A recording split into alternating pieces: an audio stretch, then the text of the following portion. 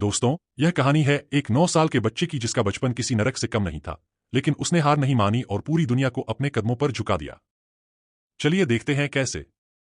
कहानी की शुरुआत सन 1192 से होती है, जहां हम आज के नॉर्थ वेस्टर्न चीन के इलाके को देखते हैं, जिसे उस समय टंगुट किंगडम के नाम से जाना जाता था। इसे टंगुट राजवंश चलाता था।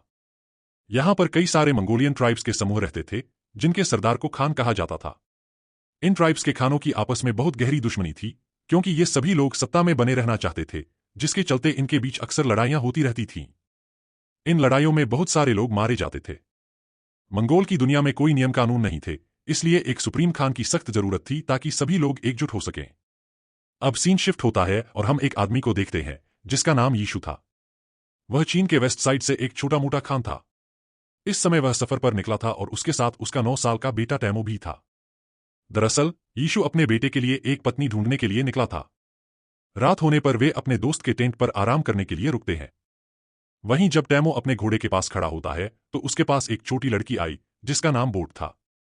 वह उससे उसका नाम पूछती है और कहती है कि तुम यहां क्यों आए हो। टैमो उसे बताता है कि वह अपने पिता के साथ उसकी शादी के लिए एक पत्नी ढूंढने आया है। तभी बोट उससे कहती है कि तुम्हें मुझे ही शादी करनी चाहिए। इतना कहकर वह वहां से चली जाती है। रात में जब टैमो अपने पिता के पास बैठा होता है, तो उसके पिता उसे कहते हैं कि मुझे तुम्हारे लिए एक ऐसी पत्नी चाहिए जो सबसे ताकतवर समुदाय से हो। तब टैमो अपने पिता से कहता है कि मैं खुद ही अपनी पत्नी चुनूंगा। टैमो की जिद के बाद उसके पिता उसे अपने दोस्त की ड्राइवर से किसी एक लड़की को चुनने की इजाजत दे देते हैं। अब सुबह होते ही टैमो के पिता उसे स्ट्रिप की सभी लड़कियों को लाइन में खड़ा करके उनके पैरों को गौर से देखने को कहते हैं। उनका मानना था कि एक स्ट्रांग लेग्स वाली लड़की ही अपने पति को खुश रख पाती है। एक एक लड़की को देखा जाता है और लास्ट में वह बोट को अपनी पत्नी चुन लेते हैं और उनकी शादी हो जाती है। लेकिन शादी के बाद भी वे आने वाले 5 साल तक एक साथ नहीं रह सकते थे, क्योंकि यह उनकी ट्राइब्स का नियम था। अब टैमो और उसके पिता को यहां से जाने का समय आ जाता है, लेकिन जाने से पहले टैमो बोट को एक नेकलेस गिफ्ट करता है और उसे कहता है कि वह जल्द ही वापस आएगा। यहां से टैमो और उसके लोग सफर पर निकल जाते हैं। कुछ दूर चलने के बाद वे एक जगह पर आराम करने के लिए रुकते हैं। यहां पर वे सभी लोग काफी थके हुए थे, क्योंकि ठीक उनके सामने थोड़ी दूर एक और खान के ड्राइवर के लोग बैठे थे। थोड़ी देर बाद उस खान का एक आदमी यीशु के लिए कटोरी में दूध लाता है, जिसका मतलब शांति का पैगाम था और वे लोग समझौता करना चाहते थे। यीशु वह दूध की कटोरी ले लेता है और सामने बैठे खान के लिए भी अपनी तरफ से दूध की कटोरी भेजता है। यीशु के आदमी यीशु को खुद वह दूध पीने से पहले अपने किसी नौकर को पिलाने के लिए कहते हैं, लेकिन यीशु उन्हें ऐसा करने से मना कर देता है, क्योंकि वह खान का विश्वास नहीं तोड़ना चाहता था और खुद ही वह दूध पी जाता है। दूसरी तरफ खान भी यीशु द्वारा भेजा हुआ दूध पी लेता है। थोड़ी देर बाद जब वे लोग अपना सफर फिर से जारी रखते हैं, रास्ते में अचानक ही यीशु के सीने में बहुत तेज दर्द होने लगता है, जिससे वह अपने घोड़े से गिरकर मर जाता है। यहां हमें पता चलता है कि यह सब उसे खान के द्वारा दिए गए दूध के कारण हुआ था, क्योंकि खान ने दूध में जहर मिला दिया था।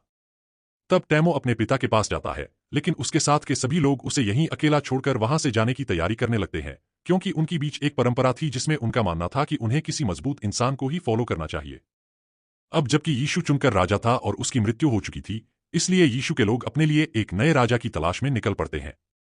इसके बाद टैमो अपनी मां के साथ अपने पिता यीशु का अंतिम संस्कार करता है। यीशु के पास जो बहुत सारी भेड़ें और बकरियां थीं, वे सब यीशु के सबसे खास सैनिक, जिसका नाम टारगोदाई था, ने रख ली थीं। यहां पर टारगोदाई कहता है कि मेरा बेटा एक दिन तुम्हें जरूर ढूंढेगा।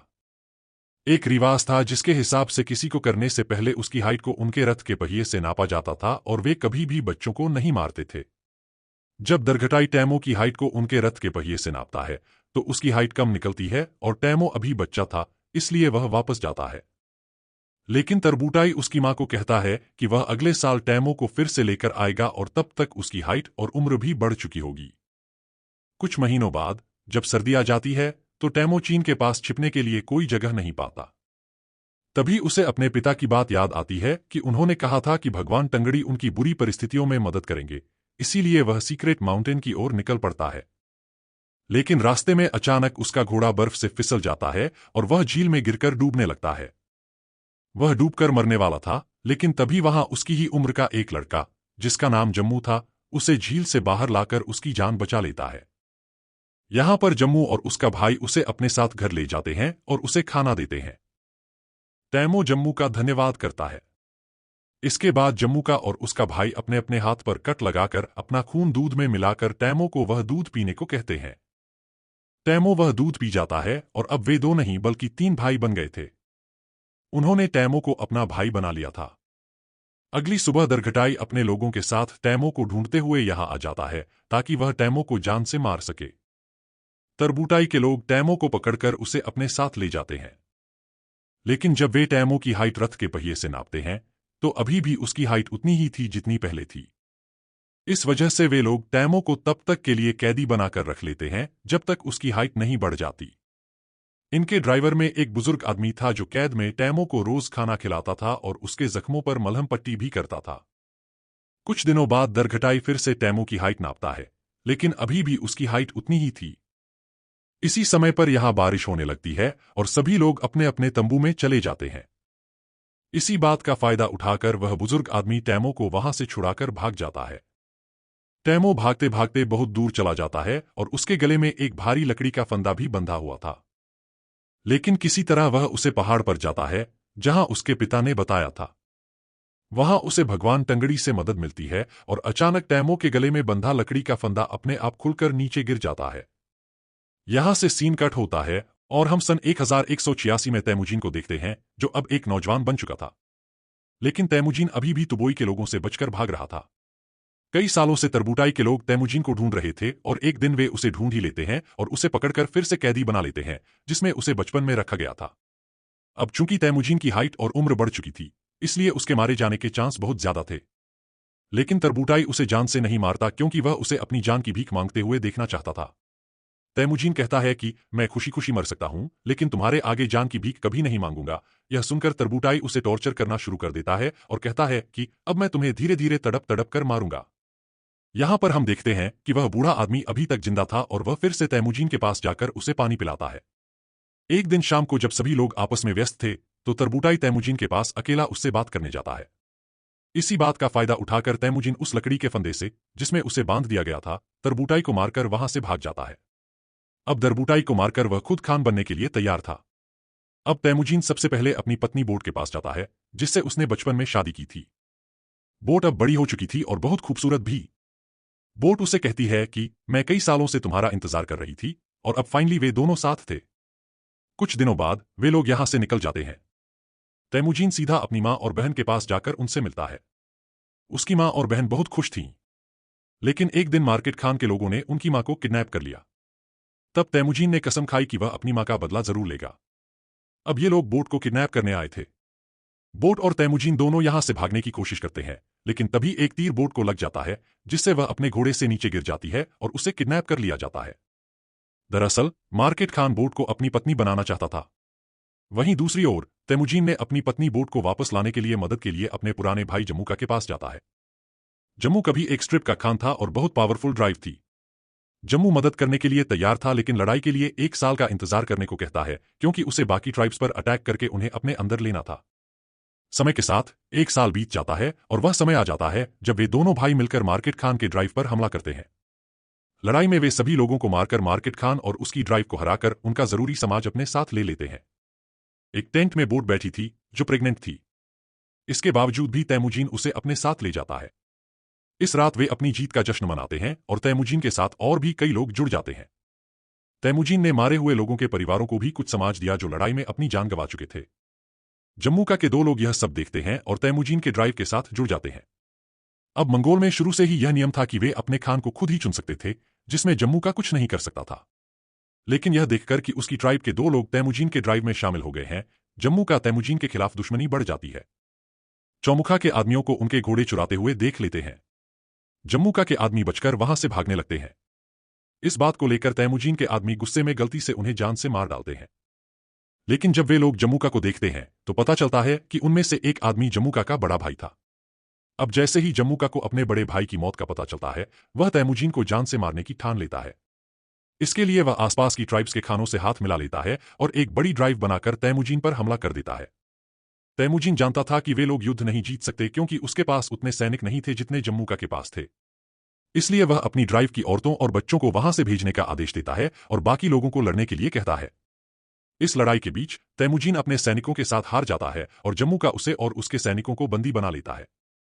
जम्मू का अपने बड़े भाई की मौत का बदला लेना चाहता था, इसलिए वह तैमुजीन को अपना गुलाम बना लेता है और किसी अन्य ट्राइब के लोगों को बेच देता है। सजा के तौर पर तैमुजीन को रेगिस्तान में बहुत दूर पैदल चलना पड़ता है।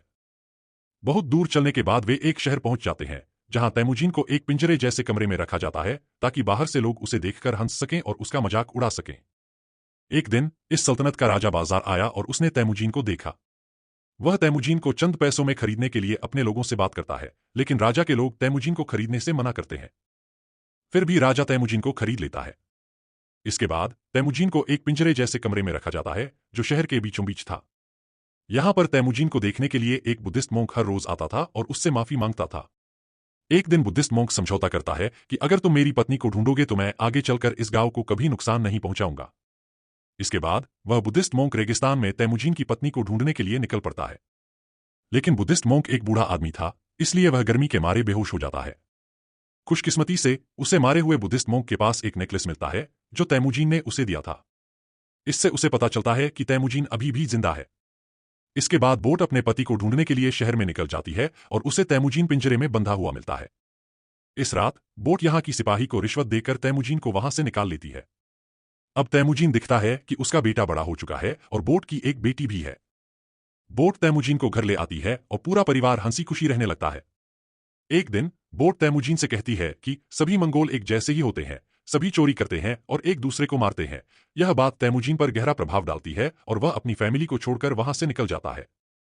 वह डिसाइड करता है कि वह सभी ट्राइब्स को मिलाकर एक नया मंगोल राज बनाएगा जिसमें सभी के बीच नियम और कानून होंगे। तैमुजीन ने तय किया कि अगर इस काम को पूरा करने के लिए उसे किसी की जान भी लेनी पड़े तो वह पीछे नहीं हटेगा। उसने 3 नियम बनाए। पहला नियम था कि औरतों और बच्चों को कभी नहीं मारा जाएगा, दूसरा नियम था कि दुश्मन से मरते दम तक लड़ा जाएगा और तीसरा नियम था कि कोई भी अपने खान को धोखा नहीं देगा। यहां से सीन कट होता है और हम सन 1196 में तैमुजीन को देखते हैं, जिसने कई साल पहले कसम खाई थी कि वह मंगोल की बड़ी आर्मी बनाएगा। अब उसने बहुत सारी ट्राइब्स को जीतकर एक साथ जोड़कर एक बड़ा मंगोल साम्राज्य बना लिया था। अब उसके रास्ते में एक ही रुकावट थी जो उसे राजा बनने से रोक रही थी, और वह रुकावट और कोई नहीं बल्कि उसका भाई जम्मू का था। जम्मू का के पास भी एक बहुत बड़ी आर्मी थी और वे दोनों एक जंग के मैदान में अपनी पूरी आर्मी लेकर लड़ाई के लिए तैयार थे। यहां पर तैमुजीन अपने भाई होने के नाते उसे समझना चाहता था, लेकिन जम्मू का जल्दबाजी में बिना कुछ सोच समझे अपने बहुत सारे सैनिकों को लड़ाई के लिए भेज देता है, जिसके नतीजे स्वरूप उसके सभी सैनिक मारे जाते हैं। कई घंटों तक लड़ने के बाद तैमुजीन आखिरकार उसे हराकर और जम्मू का के कई सारे आदमियों को जिंदा कैद कर लेता है। तैमुजीन जम्मू का के बचे हुए सिपाहियों को मारने के बजाय उन्हें अपनी आर्मी में शामिल कर लेता है। यहां पर तैमुजीन की ड्राइव में उस बूढ़े आदमी को देखा जाता है जिसने तैमुजीन की मदद की थी। तैमुजीन ने उसे अपनी ट्राइब का एडवाइजर बना दिया। रात को तैमुजीन जम्मू का के पास जाकर बैठता है और कहता है कि भाई, यह जो अपना अपना राज बढ़ाने का लालच है, यही आज हमें इस स्थिति में ले आया है कि हमें एक दूसरे की जान लेनी पड़ रही है। जम्मू का जवाब देता है कि अगर मैं तुम्हारी जगह पर होता तो अपने दुश्मन के सभी सिपाहियों को मार गिराता। दोस्तों, इस बात से हमें पता चलता है कि तैमुजीन और जम्मू का की सोच कितनी अलग थी। इस बातचीत के बाद तैमुजीन ने अपने भाई जम्मू का को माफ कर दिया और उसे वहां से जाने के लिए कह दिया। इसके बाद हम बोट को देखते हैं जो अपने बच्चों को देखकर बहुत खुश होती है। यहां से सीन शिफ्ट होता है और हम सन 1206 में तैमुजीन को देखते हैं, जो इस समय सारा मंगोल का खान बन चुका था। उसका नाम चंगेज खान पड़ गया था और उसे एक और नाम से भी जाना जाने लगा था, जो था चंगेज खान। इसके बाद उसने पूरे टंगुट साम्राज्य का खत्म कर दिया और एक नए साम्राज्य की स्थापना की। उसने मोनेस्ट्री शहर को अपनी मां की आखिरी इच्छा समझकर छोड़ दिया, क्योंकि उसकी मां ने तैमुजीन से कहा था कि अगर तुम मेरी पत्नी को ढूंढकर अपने बड़े में बता दोगे तो तुम इस मोनेस्ट्री शहर को तबाह नहीं करोगे। और आगे चलकर यह मोनेस्ट्री शहर मंगोल साम्राज्य का फाउंडर बना, एक ऐसा साम्राज्य जो इतिहास के सबसे बड़े साम्राज्यों में से एक था। दोस्तों, हमारे चैनल को सब्सक्राइब करना मत भूलिए।